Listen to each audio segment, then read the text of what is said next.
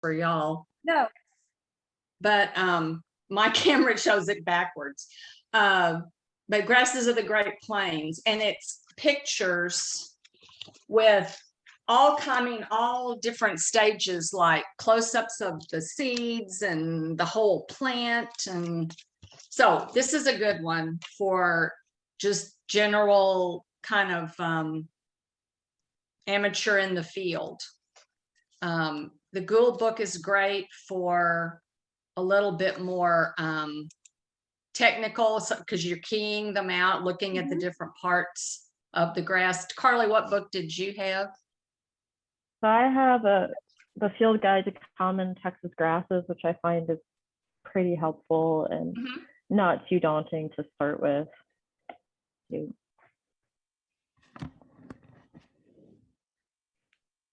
Okay, let's see, what time is it?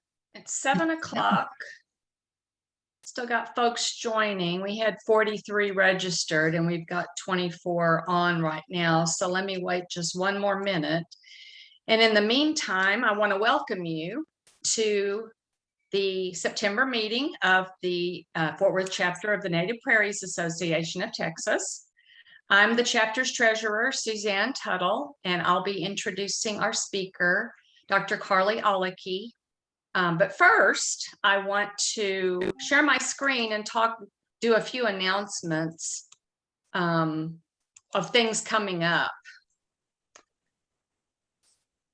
So coming up on September 23rd, I'm sure y'all have heard North Texas Giving Day. That is the giving day for this year, for 2021. You can already make pledges and give on the Giving Day website. And here's the URL to go and do that. All the funds raised this year and last year from Giving Day are going towards supporting our new North Texas Outreach and Stewardship program, of which Carly is the director of implementing that. So anything given for North Texas Giving Day will go directly to supporting that program and Carly's position. Then at the same time, but in a different part of the state, the Party for the Prairie is going on virtually. And this is an event to raise funds to support our Houston area education program and the prairies down there. This is specifically for Deer Park Prairie and for the education program and Della Barbado, who's the education director for Deer Park Prairie and that part of the state. So if you're interested in participating, there's going to be a wonderful raffle. There's some great silent and live auction prizes, including private tours of Pat McCord's Chihuahuan Desert Ranch down on the Rio Grande. So if you're interested in learning more about that, go to this URL and just follow the links to all the different things going on for Party for the Prairie. So we're trying, the Fort Worth chapter is trying something new for the rest of this year and next year. We've gotten a lot of requests. People want to do things live. People want to do things hands-on. And so we're not going to have a Zoom meeting every month going forward, and we're going to see how that works out. We're going to have Zoom meetings every other or every third month, but in those interim times, we're going to actually have live prairie walks, prairie seekers, wildflower tours, and just get people out and together and looking at things on the prairie. So we're not going to have a Zoom meeting in October, but we are going to have the next phase or the next edition of the Prairie Seekers that Carly and several of us on this call will be involved in. And more information is going to come out about that in the October newsletter and blog post. So our next Zoom meeting is going to be November 8th, and it's going to be Dusty Rhodes, who's a herpetologist. He has an MS from TCU, I think in environmental science, but he's going to do a program about reintroducing horned lizards, Texas horned lizards around the state. So that should be a super fascinating presentation. And I hope that you'll sign up and tune in for that. So I'm going to stop sharing. Wait, Suzanne, Oh, yes. a couple of things. Okay. So the Deer Park Prairie program she is our education director for the entire state.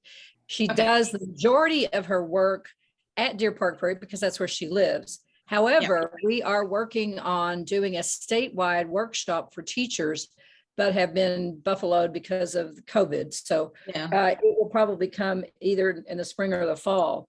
So supporting her in our education program not only supports Deer Park Prairie, it also supports what we put on the website, all of the videos that she does for education. So it's kind of a centralized place for our education department at the moment because she is the director of education. And also we have a Kubota four-wheeler. Kubota. What do you call those things? All-terrain vehicles or something? ATV? ATV. I heard before I said ATV. Anyway, they're selling only 200 tickets at $100 each. And if you know anybody that would want to do that, there should be some information on our Facebook page. I have not seen a post yet, but we're trying to get those sold so that that money will also go towards the education as well. So yeah, and of course you can find the info about that also at the Party for the Prairie website, at the NPAT state website too. Yes. Okay, thanks, Joanne. Anybody else have any other announcements or info you want to share with the group? Okay. So I am very pleased to introduce our speaker for this evening, Dr. Carly Aulicky, and let me read a little info about her. Carly joined the staff at NPAT in April, and oops, I turned off of my, hang on. I got to find there we go. So she finished her doctorate at Kansas State University in 2020. She did research on prairie chickens, and she's an ornithologist and is very familiar with prairies and especially how birds interact with the prairies. She was part of a collaborative effort across state and federal agencies to translocate and monitor lesser prairie chickens in the sand sagebrush prairie of Kansas and Colorado, where she gained practical experience in conducting prairie vegetation surveys and managing data and personnel. In addition to her field work, Carly completed a Sunset Zoo Science Communication Fellowship and served as a graduate student advisor to the student chapter of the Wildlife Society, I assume at Kansas State. She's currently learning how to take better wildlife and landscape photos. That's a lifelong project. And is very excited to apply her diverse skill sets at NPAT. So Carly, welcome, and we're anxious to hear what you have to say this evening. I'm really excited to be giving a presentation. So I'm going to be covering a little bit of everything, but a little bit of prairie chicken stuff as expected. Let me pull up my PowerPoint.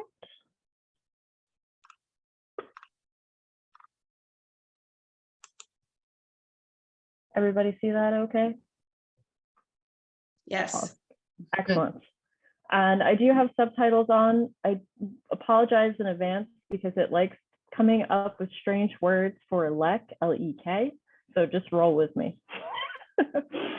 So as Suzanne said, I am a relatively new hire for NPAT. I'm the North Texas Director of Outreach and Stewardship.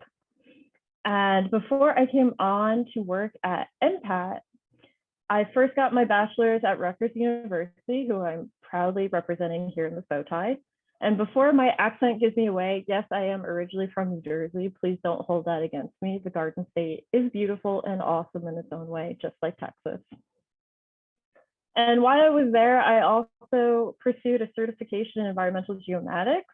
So one of the things I bring to the table at NPAT is the ability to do some spatial statistics as well as producing maps. From there, I went on to pursue my master's at the University of Glasgow in Scotland. And I was really fortunate to be awarded a Fulbright postgraduate scholarship. So I was there as part of an international exchange program.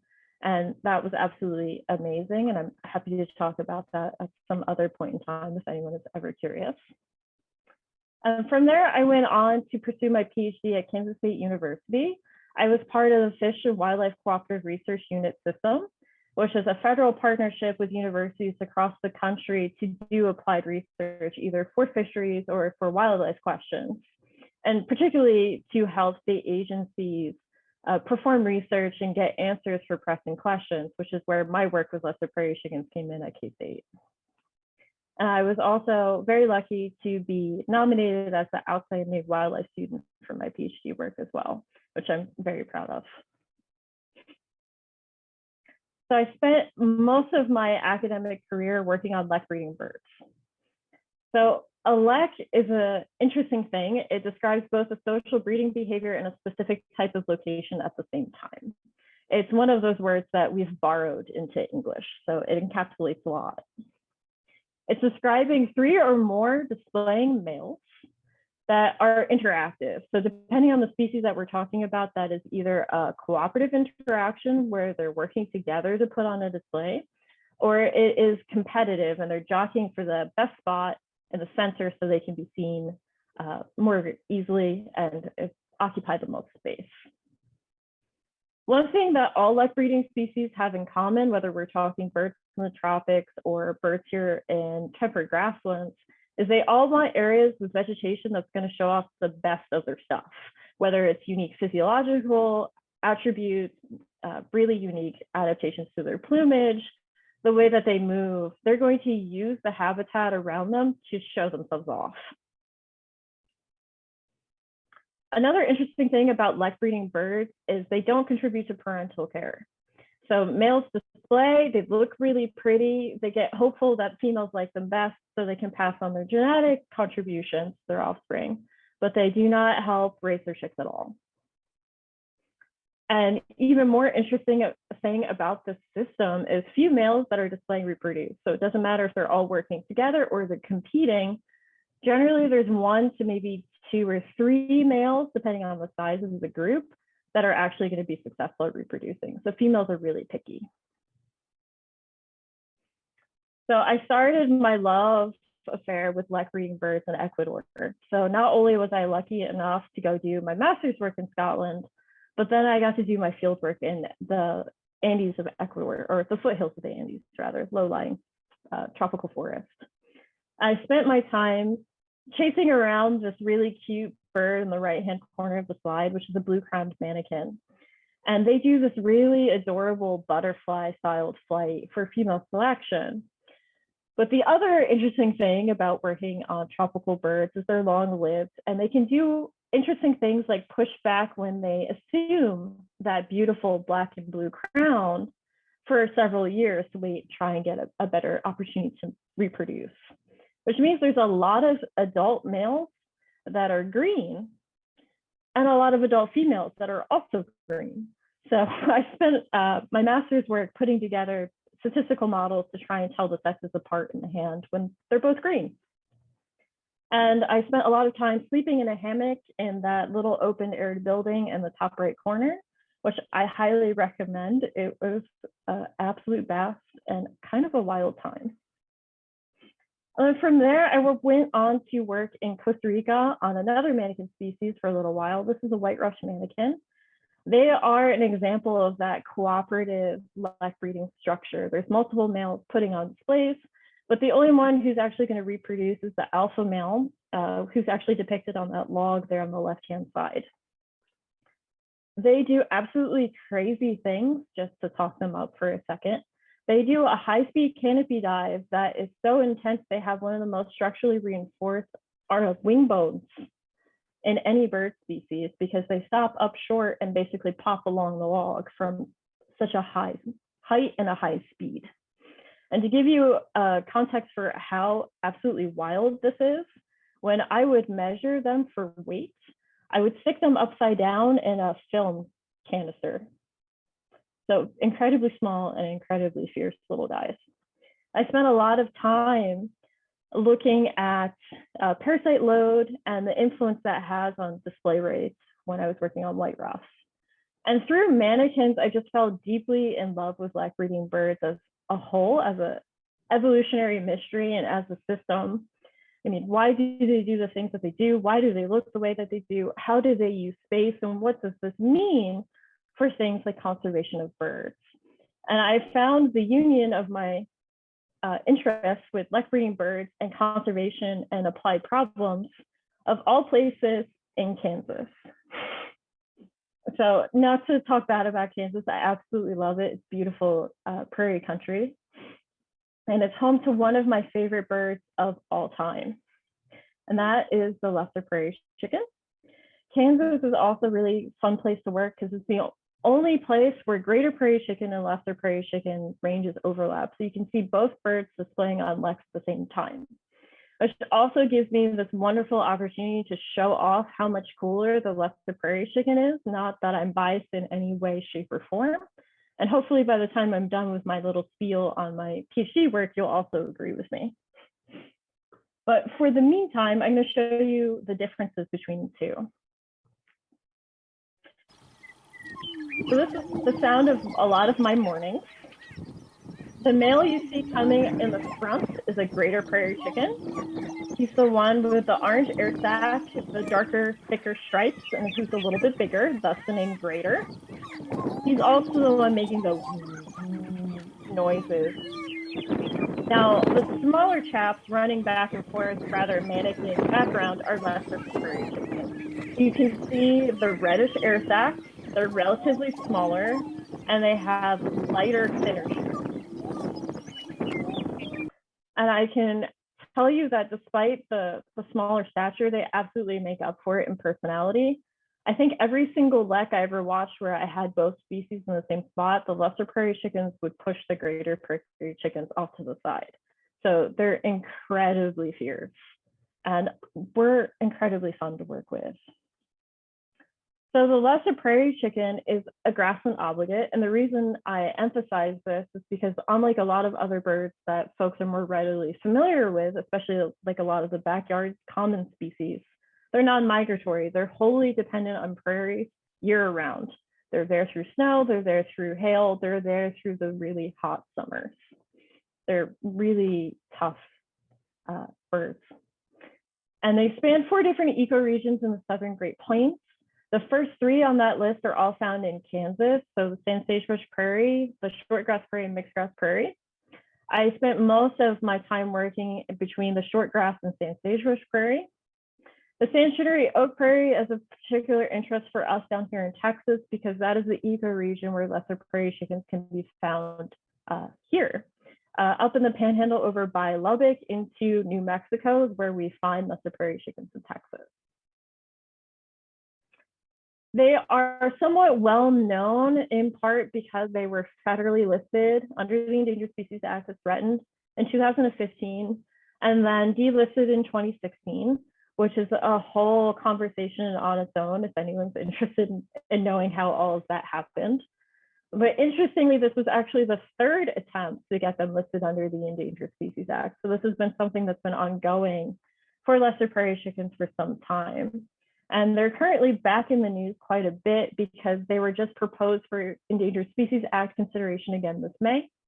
We're still in the middle of that process right now. The Fish and Wildlife Service is still getting public comments and review. So we'll see how this all plays out in a few months. But what's interesting about this particular ESA listing compared to what has happened in 2015 and 2016 is that they have proposed to list the populations to the north in Kansas, Oklahoma, and Colorado that are found in sand sagebrush, shortgrass, and mixed grass prairie as threatened. But the sanctuary oak prairie birds down here in Texas and New Mexico are proposed to be listed as endangered. So something to keep an eye on for prairie loving folks here in the state of Texas, because it's going to be interesting to see what happens. It's also pretty understandable to know why the Endangered Species Act listing now 4 times when you look at the historic range loss that we've seen for lesser prairie chickens.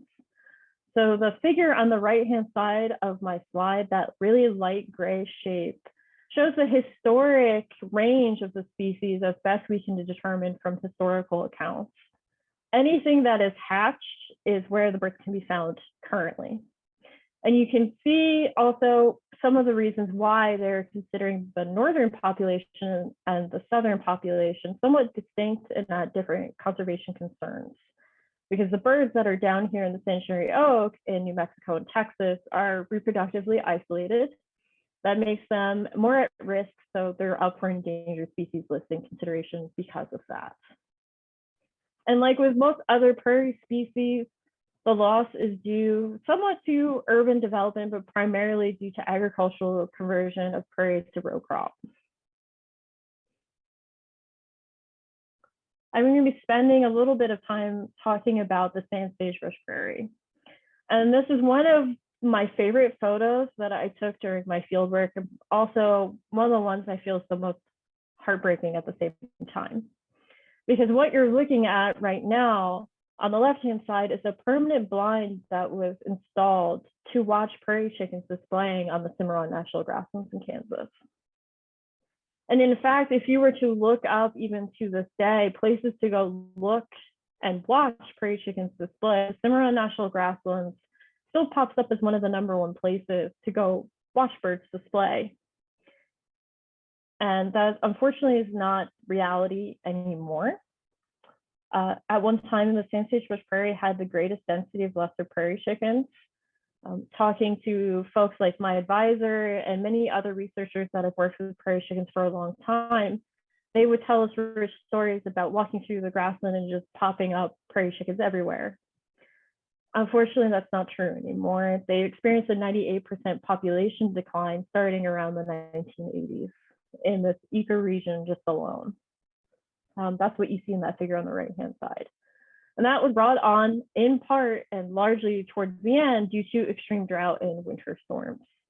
So anyone who was in Texas and lived through the drought of 2011 into the subsequent flood of 2015 experienced some of the same conditions that those birds did out in the sand sagebrush prairie. Very hard on the lesser prairie chicken populations in the southern Great Plains. But the habitat was still available. And more importantly, the sand sagebrush prairie holds the largest tract of public land in the lesser prairie chicken range. Like most of the southern Great Plains between Kansas, Oklahoma, and Texas, most of the areas these birds are found are in private lands.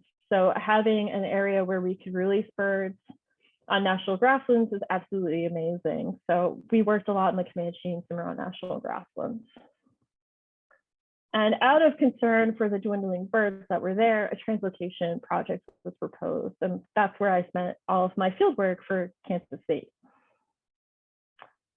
So we moved a total of 411 lesser prairie chickens to the Comanche National Grassland in southeast Colorado, as well as the Cimarron National Grasslands in southwest Kansas. To give some context to that, this is the largest lesser prairie chicken translocation to date. It's one of the largest translocation efforts of grouse in North America. This was an incredibly large effort between multiple agencies from CPW, the Kansas Department of Wildlife, Parks and Tourism, myself and other folks at Kansas State, as well as working with the U.S. Forest Service that oversees the national grasslands. And my typical day working in translocation during trapping would be sitting in a field blind, somewhat cold weather in March, catching prairie chickens either in funnel traps or drop nets, bringing them in, processing them, putting some sort of transmitter on them so we could track them. We use both radios and GPSs, putting them in a banker's box, driving them all the way down from shortgrass prairie, essentially in the middle of Kansas, and then getting to watch them take off that same day in their new home.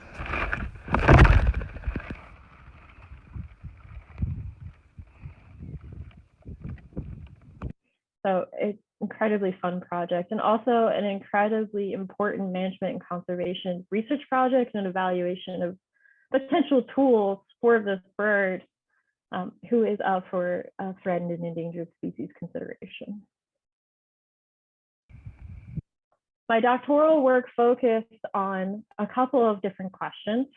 I'm just only going to talk about them briefly because I would like to talk about some other things regarding my current role as well. But the things I was most interested in is, why do males lek in some places and not others? And why on earth do prairie chickens do this weird thing where they will display in short cropland, either newly growing wheat or stubble? They're a grassland obligate, and from my experience with mannequins, they should be way pickier about the vegetation that they used to display in. So why do they do this? And what role does female habitat use have in this whole equation? Males want to be seen. Females have a completely different priority as a single parent. They want to stay obscured on their nest and stay safe from predators. So very different ways that they use grasslands. And we're releasing birds in areas where there's very few conspecifics or other lesser prairie chickens there. So what does that mean for the way that they use essentially a novel landscape?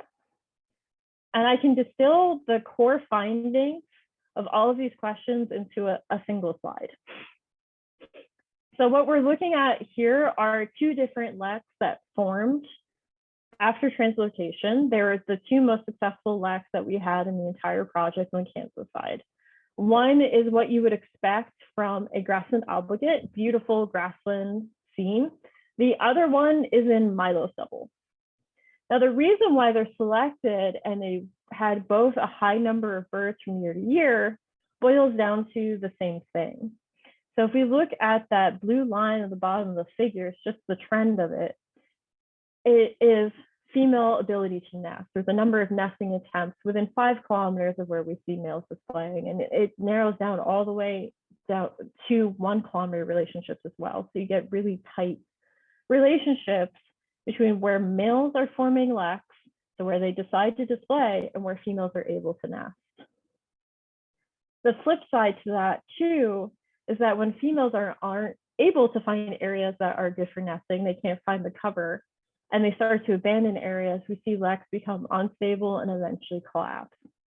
And unfortunately, it's not just weather issues that blessed prairie chickens have to face, but also very limited quality nesting habitat, because the way that grasslands are used and the amount of grassland that we have available is limited. So it's not necessarily that lesser prairie chicken males like milo stubble better than this beautiful grassland. It's actually a reflection of how little quality nesting habitat there is for prairie chickens to use, and males just putting themselves close enough to what females need. And this is just one story of many. As many of you probably know, and I'm sure many of you who are in the bird community saw this figure when it first came out in 2019.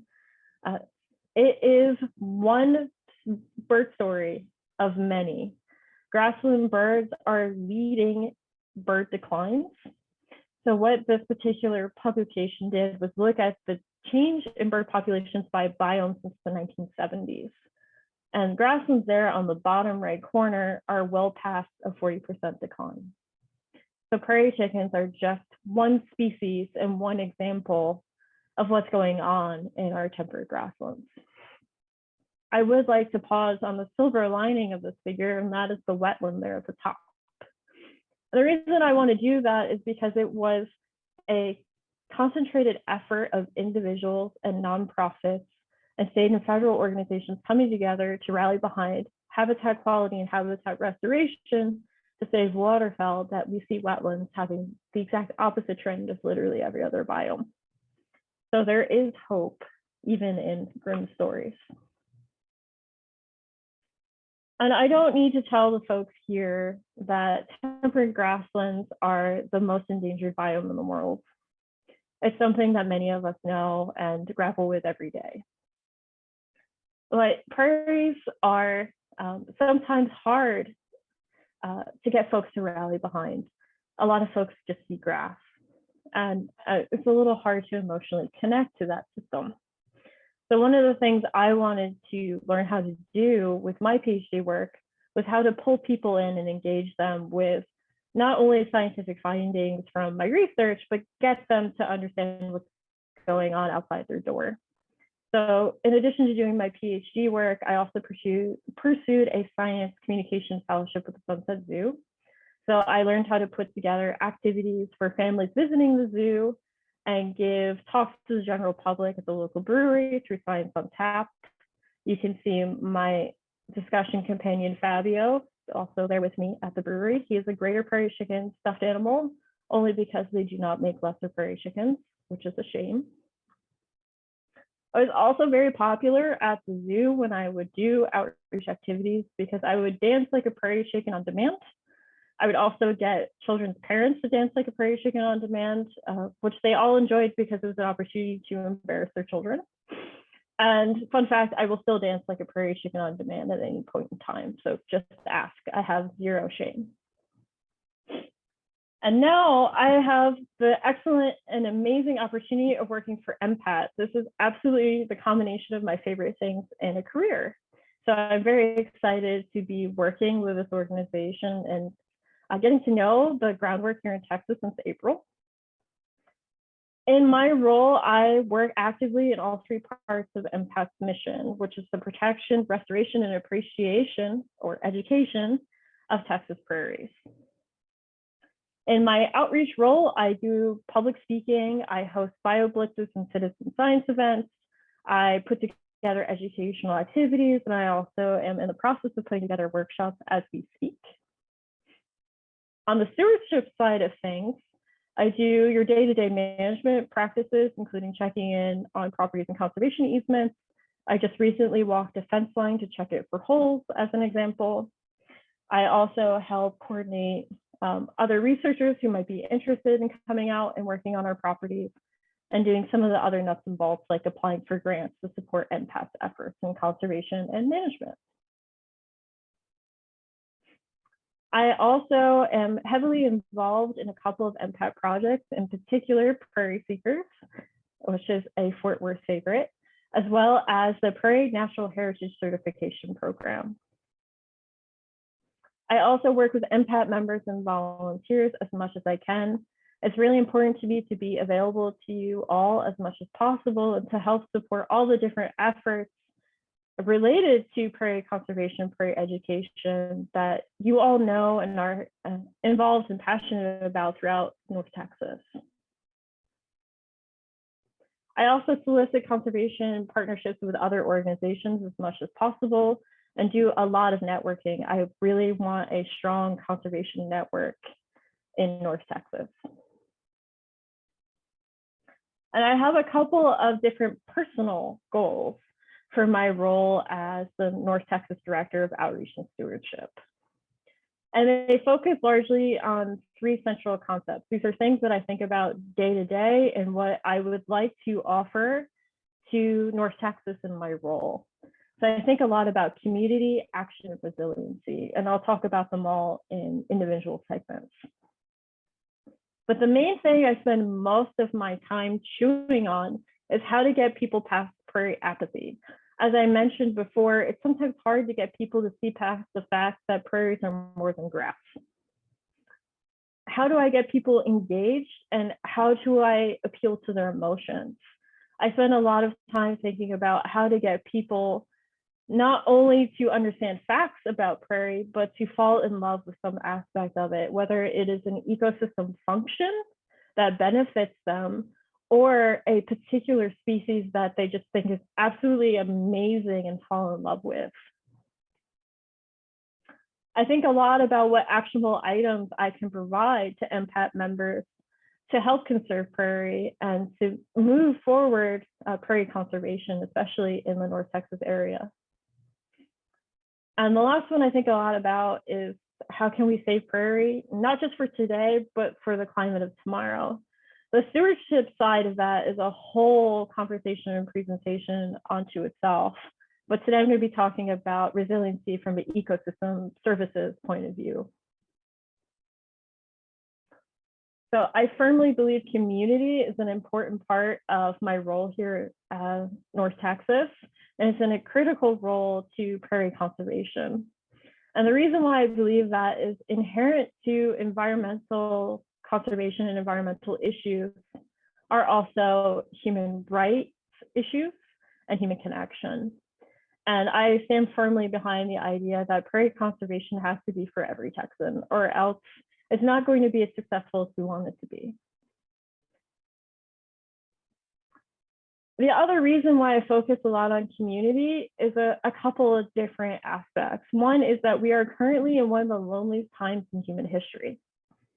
Even before the pandemic, 3 out of 5 adults reported feeling lonely.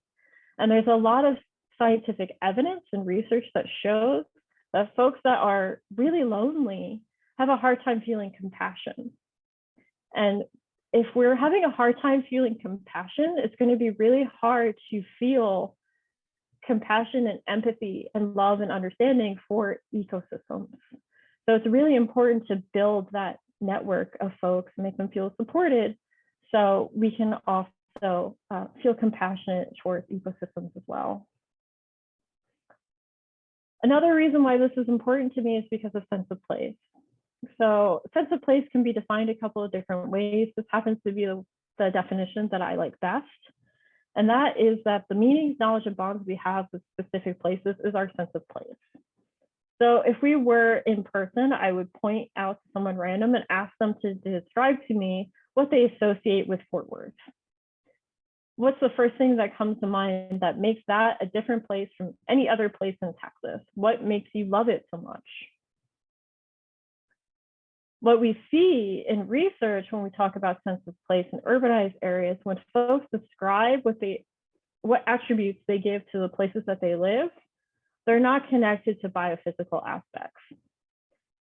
They are not describing the unique plants or animals or ecosystems or even landscapes around them when they're in heavily urbanized environments. So there's a dissociation of sense of place in urbanized areas from prairie. The third reason why I think this is a really important place to spend some of my time and energy is environmental work can drain all of your batteries. Climate anxiety is real. It is very taxing. Activist burnout is even more taxing in its own way. And we need all hands and minds on deck. I also believe that prairie conservation is for every Texan. Natural resources as a field as a whole is predominantly white. When we look at the demographics of Texas, we see a rich diversity of people. And there's lots of ways that people are rich in their identities that we also need to take into account when we think about what prairie conservation means and what it means to have all hands on deck. Another example of that is that 1 in 4 of adults in Texas identifies living with a disability. And 4.1% identifies LGBT. And these are all different aspects of identity and human connection that need to feel included in prairie conservation in order to move things forward as much as we can and to have, as I keep saying, all minds and hands on deck, rallying behind conservation of prairies. So I think a lot too about creating inclusive spaces. Due to the fact that a lot of our interactions are still virtual, why not lean into them and make them as accessible as possible?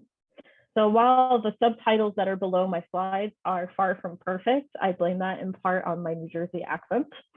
It is still something that I can do, hopefully to make my talks more accessible to folks who maybe can't understand my New Jersey ease in particular, or just like having subtitles.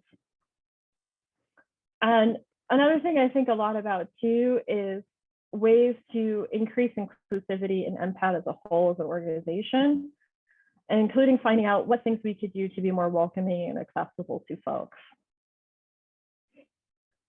Inviting diverse conservationists, activists, and scientists for speakers is an absolutely fantastic way to start starting to get all minds and hands on deck. And if possible, either offering an honorarium or a membership to NPAT is also an amazing way to make folks feel welcome and to make them feel recognized for their work. And in particular, I want to lean on the membership to NPAT as a particularly good idea because we have these amazing minds coming to speak at our chapter meetings. how do we pull them into the activities of our organization and keep them tuned into what we're doing for prairie conservation? Membership is a way to do that. So I am personally working on making an inclusive media. It is a step-by-step process, and I'm rolling these things out slowly, but here's some of the things I'm thinking about. Subtitles on all recorded media. That's why I have subtitles below. I want to produce educational materials in both English and Spanish. I want all text descriptions on all of my photos. I want to make sure things are not inaccessible to people because they have some sort of difficulty seeing photos or visual impairment. I want to make sure everyone is included. Selecting colorblind friendly colors. I tend to forget that there's also yellow-blue color blindness, so making sure everything is accessible to everyone. And also selecting readable fonts. This whole PowerPoint is made with a free font that is designed to be the easiest to read as possible. It's ReadX, which is free. And if anyone has questions about it, please ask me. The reason why I do that is because an estimated 70% of the population has trouble with reading. I don't want to leave anyone who has some sort of interest or potential for deep passion for prairies to be left behind by something as simple as the font I'm using, or not including an alt text on an image. I also think a lot about some of the collaborations and partnerships I can develop. All of these are either national with a Texas base or currently based out of Texas. Birdability is one example of an organization that is based out of Texas. They are a birding group with disabilities that would be fabulous to include in some of our events. Similarly, LGBT Outdoors, I believe, is based out of Dallas. And we have chapters of Outdoor Afro, Black Outdoors, and Latino Outdoors. Are actually going to be rolling into Hispanic and Latino Pride Month pretty soon. So that's going to be really exciting as well. So these are things that I'm thinking about, how to get more people engaged. And once I have them engaged, what action items can I give the community in North Texas to help keep Texas a prairie state? And I really want to lean into the idea that Texas is a prairie state as much as possible. A lot of folks don't realize that 2/3 of Texas were estimated to be prairie prior to European settlement. And that within Texas, from east to west, we can find tall grass to Chihuahuan desert. You can literally find all the cool precipitation gradations of plant communities of prairie in Texas, which is absolutely amazing. And there's so much of Texas pride that can be directly related back to prairies. And Texans are very proud of being from Texas. In fact, there's studies that show 70% of people who've been polled to ask whether or not they're proud to be a Texan are incredibly proud of the fact that they're Texans. How can we link that back to not just some of the cultural aspects like the rodeos, but also the natural aspects of the prairie that they have in their state? Prairie Seekers is a project that is near and dear to my heart, as I'm sure it is for the many folks in the Fort Worth audience, considering Fort Worth has put together the current protocols and iterations of Prairie Seekers and has done an absolutely fabulous and amazing job. For those of you that are not familiar with what Prairie Seekers is, it is a program that's designed to train volunteers to assess the condition of prairies. In particular, is also designed to help NPAT identify conservation priorities. One of the things I'm doing in my role is trying to figure out how to take Prairie Seekers and make it a statewide program. So some of the things I'm working on right now are making protocols as accessible as possible, figuring out how to manage data if it is coming from all corners of Texas, and allowing folks with a variety of IED skills to participate in this program. And the reason why I want to include folks at all skill levels of IED is because I think Prairie Seekers could serve as a fabulous gateway to a lifelong love of prairies. There is no way better that I know of to get people to see past the prairie is grass than having them in it and looking around and seeing how much richness there is in even just a small section. So one of the things I would like to do is take it digital. And the reason for that is if you have something that is a fillable form, it can come with step-by-step instructions, photo examples, even perhaps video walkthroughs as folks get used to data collection and protocols. Important to this as well is it allows central storage of data and is not dependent on a data entry component. I don't know if anyone has ever worked on a research project, but trying to read some folks' handwriting is really hard. And also trying to get data entered can be its own hurdle as well, and sometimes slow down processes and decisions. So trying to eliminate that extra step is really important to me as well. And we already have a digital aspect to Prairie Seekers in its current form, which is Prairie Seekers has an INAT project, which is amazing. iNaturalist is super cool. And it also offers opportunities for NPAT to come together as a community to help with identification and potentially reduce some of that intimidation factor. So leaning into that even more is going to be great. I also have some other thoughts on the plant ID starter fear, particularly with some of the tricky things like grasses. And the first part of that is to lean into some of the things that Fort Worth is already starting to do, which is chapter-centric training, focusing on those core ID skills. So having things like, we're going to have on October 30th, teaching folks how to do and what to look at on plants to determine IDs in the field, as well as putting together maybe some other resources related to the scenes, such as videos or very simple guides for what to look for in particular regions. What are the key indicator plants for this region of Texas as opposed to some of the other areas? I would also like to build in Prairie Seeker ambassadors into the statewide program. I want folks to have the wealth of plant knowledge that they do and the absolute love of Prairie Seekers as a program and the love of prairies to be able to mentor people that are just starting out. I want that knowledge that they have to live on. And I also want the self-perpetuating system of folks able to help get newer folks engaged and help them feel comfortable with the program as much as possible. So those are some of my many thoughts regarding Prairie Seekers. And Prairie Seekers does this amazing thing, which is puts us in contact with so many landowners. So that's why I think it's important to simultaneously revive the Prairie Heritage Program at the same certification program at the same time. So this is straight off the NPAT website.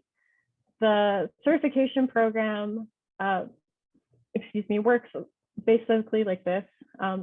Landowners pay a small fee, and then they are registered as a native Texas prairie. They get a beautiful sign and a certificate. They're registered. They get recognition and access to the NPAT newsletter, as well as access to our resources. The program currently is not very active and it needs some review, and some of the landowners need checking in on. But I think it has this amazing other potential. And that is, as we go interact with all these landowners and evaluate their properties through Prairie Seekers, as we do that, we get these landowners to register so they can start sharing knowledge, skills, and resources amongst each other and help support each other through conservation and management work. There are many things that prairie restoration and management can be described as. Easy to get started is usually not one of the things you hear. So I want to be able to support these folks as much as possible and also build in community support as well. And I also want to use this as a way to increase landowner involvement and participation in NPAT as well. I want to keep these folks engaged with what NPAT does as an organization, and hopefully through that engagement, increase the likelihood that they will want to put their property into conservation easement and keep it protected for years to come. And part of this will also involve updating the restoration and management resources that NPAT has available, and keeping that up to date so folks can get cued into the most recent resources that we have in the state. The other thing that I would really love to see as an action item is something that is already ongoing in a lot of different parts of Texas, particularly down in the Houston area. And that is the idea of getting as much prairie planted in as many places as we can, particularly pocket prairies. The reason why I want this as an action item in North Texas is because connecting urban areas to prairies is critical. Again, that sense of place is missing that biophysical aspect. And if we want to build this concept of Texas prairie pride, we need prairie in more places for people to actually be able to interact with it and understand what it is. It's a powerful education tool. We've already seen that from the wealth of lovely folks that are rallying behind this in all different parts of Texas. And what I really love particularly about the slogan, if I can amp up the slogan a little bit, is we can connect what is normally an overlooked ecosystem to one that is a household concept. If we were in a room and I were asked for a show of hands for how many people have heard plant a prairie, save the planet, it's probably going to be small. But if I ask folks, how many people have heard plant a tree, you're going to save the planet or reduce carbon emissions, I guarantee almost every hand is going to go up. And similarly, if we hear factoids like the rainforest is the lungs of the earth, again, all the hands are going to go up. These are concepts that we know.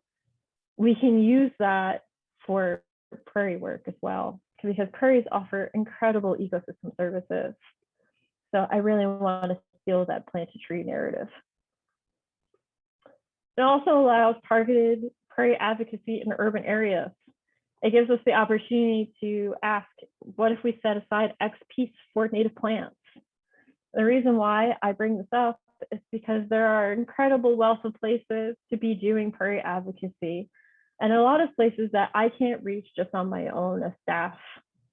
That includes city council meetings and counties, and getting in on your HOA board or talking to local and small businesses that you either work closely with or for. Same thing with large corporations and schools, or even the places of worship. There are wealth of connections within our daily lives that are opportunities to get folks engaged with prairies as well. And pocket prairies is a good access point for a lot of those conversations. And the reason why this is important, aside from conserving prairies itself, is also because of resiliency issues and what we're going to need in the future, because we are in a stage of triage and mitigation. So here's the real tea about climate change. The Southern Great Plains average annual temperature has already increased by 1 to 2 degrees Fahrenheit. In Texas, we feel this most in the winter months as well as in our nighttime temperatures. They have been particularly toasty for a while. That's only expected to continue to go up. And with that, we're going to see increasing intensity of naturally occurring droughts. The Southern Great Plains is already on a drought cycle that's expected to increase in frequency and also severity. And with that also comes increased extreme rainfall events, precipitation events. And what most folks don't realize is that when you have really long, prolonged periods of drought, when you get really heavy rainfall events, you get catastrophic flooding. Again, the most recent example of that is 2011 into 2015. Extreme drought, horrible flooding at the very end. And Texas is also going to get increasingly more rainfall from hurricanes and increasingly strong hurricanes off the coast. They may or may not hit landfall, but we're still going to see an incredible amount of rain starting to hit particularly the eastern coastal parts of Texas all the way on through. And I didn't realize until I started looking into particularities of climate change projections for Texas, that Texas is consistently in the top 10 states affected by extreme events. This report is a little dated. The 5th annual report is not due to come out until, I believe, next year. But in 2011, Texas was hit by 8 of the nation's top billion-dollar disasters. That's insane. And unfortunately, these things are only going to become increasingly common. This is why I think it's absolutely imperative that we connect as many people to prairies and urban environments so they can understand the importance of prairies to resiliency to climate change, and to make it easier for us to conserve the 100 to 200 to 1,000 acre tracts of land in rural environments as well. And part of that is because the population of Texas is projected to grow, in some estimates, more than 70% in the next 30 years. With that is going to come increased water demand, even though the state itself is going to be increasingly in drought state. And urban and city areas are going to be hit harder than anyone else by both the heat and the flooding. Many of you are familiar with the concept of urban heat islands, where cities are warmer than rural areas. That can get pretty severe, sometimes 7 to 12 degrees higher, which if you're already starting off in 100 degrees is incredibly hot. And this is an important place for advocacy, because when we talk about protecting humans from flooding and our cities from flooding, we're talking mostly about city council and county level decisions. And some of that can also be small scale, even at the level of HOAs. Why are we attached to invasive grasslands when prairies and natural systems would be much better at protecting us from flooding? This is an area of advocacy for climate change resiliency that prairies are absolutely amazing for. And as I'm sure everybody who's in on this call, listening to this talk, is familiar with, there are many reasons why prairies are important for climate change resiliency. The number one being carbon sequestration. NASA actually just released a report about a month ago now, saying that the rainforest has reached critical capacity for its ability to store carbon. So the idea that the rainforests are the lungs of the world is not really true anymore. They're not going to be able to store carbon the way that they used to. And with the expected changes from climate change, like increasing fire rates, prairies are much better at storing carbon than any other ecosystem that we have around us. They store carbon in their root systems. They're absolutely fabulous at them. Branch of prairie saves the planet. They're really good at water filtration, which is going to be important with the increased drought, because that's going to help keep our water supply clean. And again, incredibly important for flooding. You know, the amount of water that prairies can absorb per acre, depending on the type, is absolutely mind-boggling when you actually think of it in grand scale. 250,000 gallons of water per acre is a huge amount of water and incredibly important for Texans. Same thing with soil protection. A lot of folks don't realize that we've had conditions similar to those that produced the Dust Bowls in the 1930s several times since then. It's due to changes in soil management practices, particularly things like putting land back into grassland, that have kept us from having another Dust Bowl. Pollinators are incredibly important and also an amazing way to get folks hooked, because most of them are incredibly photogenic. And we understand the importance of pollinators to our food security in some way, shape, and form. And if folks need numbers, Texas land trusts are estimated to provide $1 billion in benefits to Texas taxpayers each year. And that includes the work that NPAT does in conserving prairies. There's an incredible amount of value in ecosystem services that prairies in particular are able to provide. So that was a lot of information about some of the things that I think about and that I hope to bring to my role as the North Texas Director of Outreach and Stewardship. So in summary, I think a lot about community, how to emotionally connect people to prairies as much as possible, and how to build a stronger, more inclusive network, how to get every mind and every set of hands that could be passionate about prairie conservation involved, and where to put all of that passion, from prairie seekers, getting folks out and out in grasslands, looking at the plant and biodiversity that we have for animals, connecting with landowners and helping us identify areas we need to conserve, to getting those landowners more involved with NPAT getting them registered as a native prairie heritage site and building a network of support that way to increase the likelihood that conservation efforts are going to continue forward in the future. And hopefully their land will go in conservation easements. Getting folks in urban areas connected to prairies because they need that sense of place to start including biophysical aspects to be emotionally connected to prairies in order to want to save them and fund prairie conservation in other areas for those big tracts of land in rural environments that they may or may not ever be able to get to. And it's also incredibly important to advocate for prairies in every and any small way, whether that's your voting in your local elections or talking to your local place of worship about adding a little pocket prairie. Every little bit helps. And to the resiliency piece, we cannot stop climate change the way it's going right now anytime soon. We can also not stop development, but we can hopefully change some of the norms we see here in Texas and build resiliency through advocating for prairies and pointing out how important prairies are going to be to maintaining a good quality of life in Texas and maintaining the parts of Texas that Texans are really proud to call part of their culture and part of their states. And with that, I would be happy and delighted to take any questions and talk about anything and everything.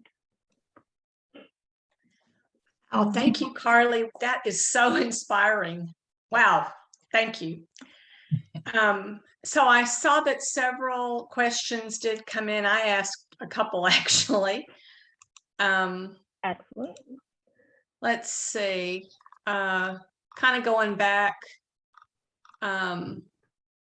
Are we still able to submit comments to U.S. Fish and Wildlife Service for lesser prairie chicken listing? They had extended it. I did not see or check if they had extended it again. So I can look into it. If it would help for more people to support the listing, then I think a number of the folks on this presentation would be interested in doing that. Absolutely. Every single comment gets reviewed. The birds you trapped and translocated, did you trap them on private lands in Kansas or other public land? Private lands. So short grass prairies, where the last big stronghold of prairie chickens are population-wise in Kansas. That is all private lands, almost exclusively where we can find them. So there are tremendous working lands out in Kansas and a lot of amazing people that are conservation minded that do have prairie chickens and were willing to work with us to let us move them down to the sagebrush. Great. Let's see. Lots of kudos and thanks, and you'll get a copy of the chat. Contact information. Someone's asking for your contact information. Can you put that in the chat, please? Absolutely. I'm curious about the translocated birds. You had trackers on them, so you must know what percentage survive. It was within realm for normal translocation for galliforms, and I'm trying to remember the exact percentage off the top of my head, but it was fairly good. That was one of the numbers I did not remember off the top of my head. I'm sorry. I did brush up on the exact number of birds that we have in the sanctuary oak right now, which is around 3,000 birds, if anyone is curious. But for survival percentage, it's a little over half. That's what the standard is? That's what the standard is. You're moving them to new environments, so there's that learning curve. And it also has to account for the fact that we can't find all of them. So one of the fun factoids that I didn't include in this presentation is that for birds that we had with satellite backpacks that give us GPS points every 2 hours, we had several birds went all the way down through the panhandle of Oklahoma into the Texas panhandle, decide that they didn't like it, and run all the way back. But we can't follow them with that intense of detail when they're wearing radio collars, because that's a lot of on the ground following birds with antennas and trying to find good signal through hissing and hoping you're looking for them in the right places. And even flying airplanes, which we did, is still a limited number of ground you can cover to find them all. So some of them probably just ran off to parts unknown. Thank you, Carly. Absolutely. Any other questions?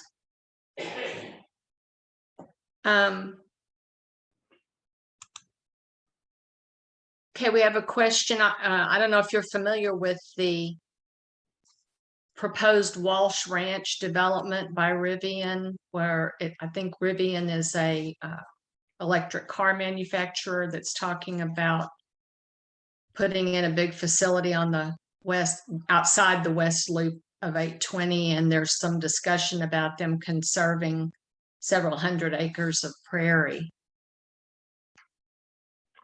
I don't know all the particularities of it. I have heard a little bit through the news and through other channels of folks.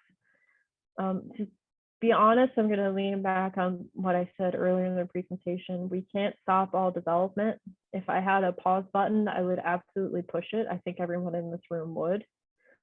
But all you can do is work with what's coming. So if they're willing to save some prairie and be prairie advocates despite development, that's amazing. That's the best outcome we can ask for, because we can't stop all of it. So there is an email going around that I'll send you that the company is actually in talks with the city. And I believe that there's at least a couple of 300 acres that they're talking about trying to leave the prairie around the plant. So I'll send you that information. I just looked at an email that I got today about it from different people that within the city that have been involved. So I'll send it. Thanks, Joanne. Yeah, I'm curious to hear more. Another question: as you visited various NPAT properties, what have you been most impressed with or concerned about? Ooh, I am absolutely impressed by the absolute amazing biodiversity that NPAT has on their properties. From big to small, the communities that are held there are amazing.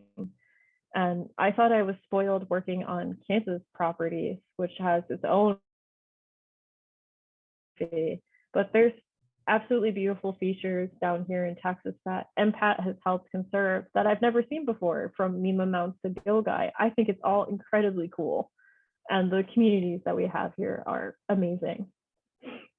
In terms of concerns, it's a lot of the same concerns we share across most of the prairie states, which is how to control increasing pressures from woody species as the climate changes is going to be increasingly difficult.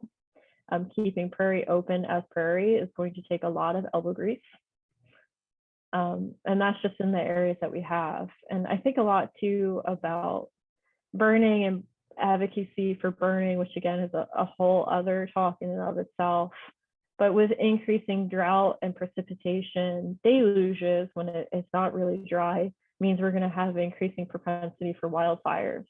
So getting folks behind burning is going to become really important. And those are some of the things that I'm really concerned about from the stewardship side, is how to keep the prairie that we have prairie, and also how to advocate for folks to not be afraid of the tools that we need to use, like fire.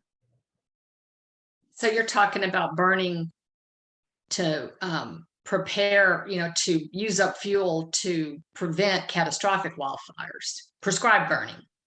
Absolutely. Yeah. Prescribed burning is going to be really important. It's not just a beautiful and wonderful prairie tool and part of prairie ecology. It's going to become part of our resiliency package as well. So we've had another question come in. How are wind farms impacting the chickens? I've heard of problems in New Mexico.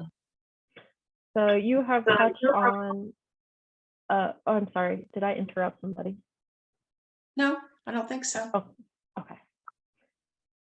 You've touched on one of the ongoing arguments of lesser prairie chicken work, which is wind farm development. There are some studies out that show that they avoid wind farms. That could be due in part to the noise, that could be due in part to the disturbance or the tall structure.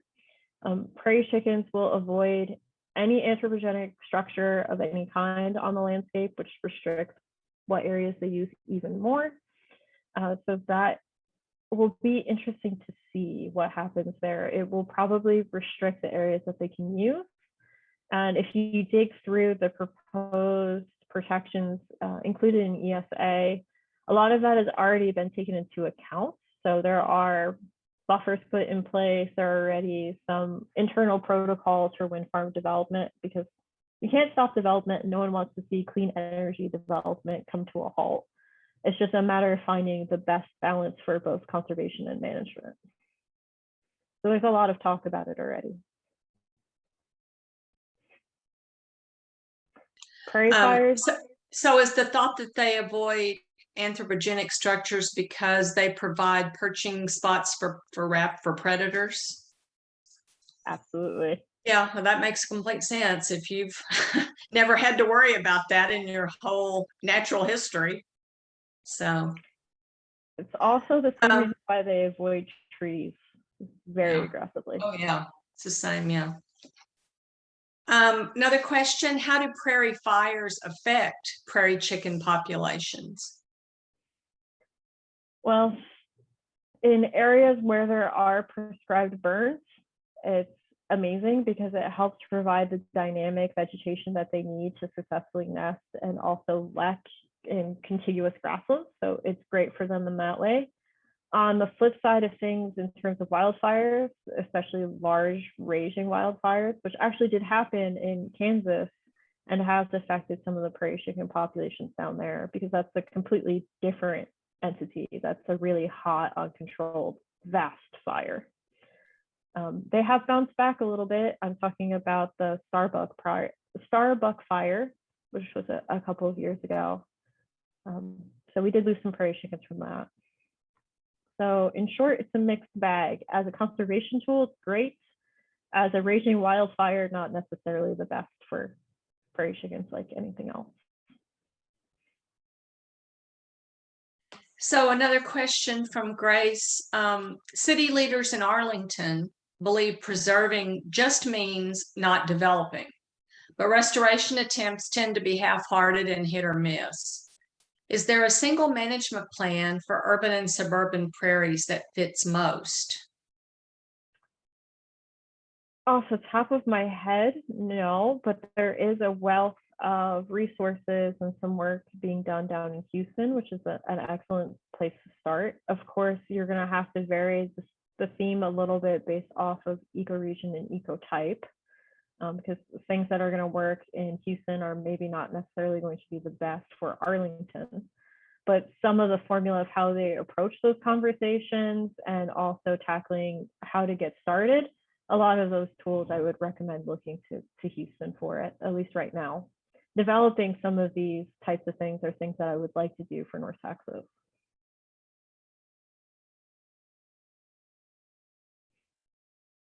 Well, that's the end of the questions that have come in. If anybody else has any, please type them in or unmute yourself and ask directly.